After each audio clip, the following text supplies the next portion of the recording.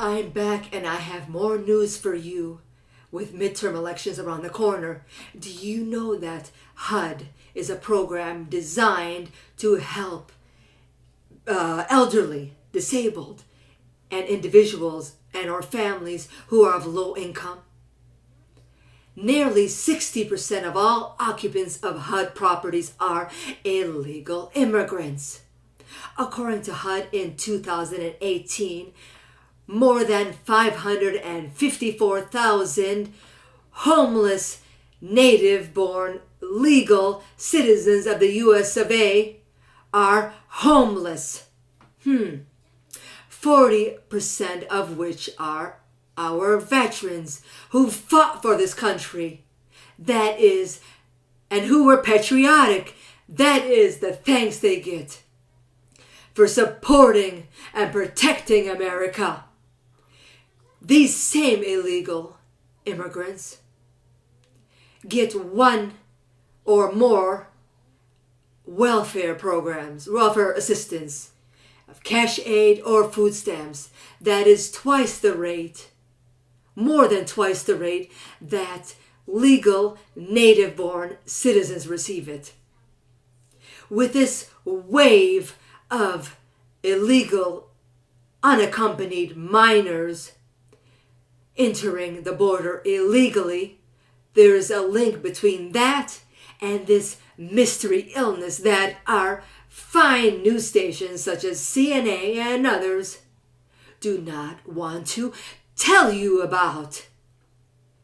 And that is the enterovirus D68, which is it's contagious through a cough or cold.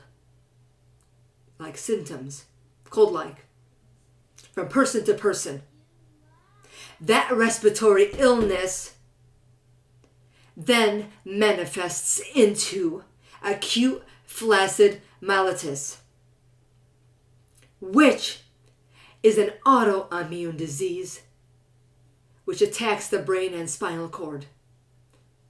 The symptoms include weakness in the limbs, not to mention polio-like symptoms, and death in our kids 18 and under. The CDC has reported from October 2014 through October 2018 that there are 396 confirmed cases of acute flaccid mellitus in the children in the U.S.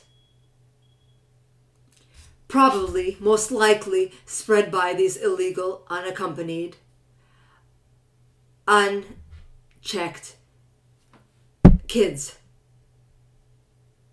Who is going to stand up for our kids? I mean, look at it. We have this drug. Illegals bring in crime. They're criminals.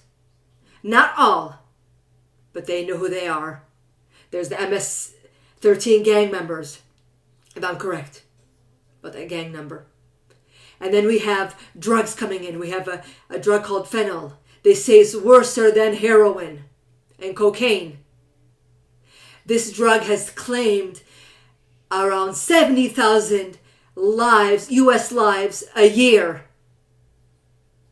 That's coming to our kids and entering the borders illegally. When Trump says he's standing up for America, he's standing up for people like you and I, the little guys. We're not waiting for people like George Ramos, a Mexican citizen reporter, whose net worth is $12 million, to stand up for us, you and I, native-born Americans. When asked why he does not take in illegals into his own home, because he apparently says that the U.S. must take in illegals and house them and feed them and give them medical treatment and give them jobs and all that good stuff.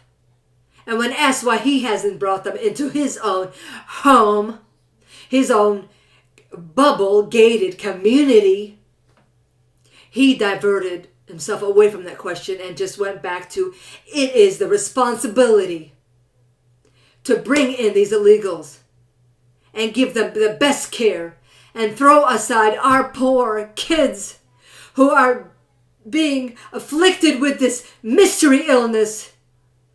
Not to mention, who is the voice for them? How about our Native American citizens who are addicted to drugs like fentanyl and others? What about our youth that are being killed and raped by these illegal immigrants? I'm not saying they're all bad, don't get me wrong. But you open the doors for one, they all enter. And it's not a pretty picture. We have to make America great again. And that is what Trump is doing.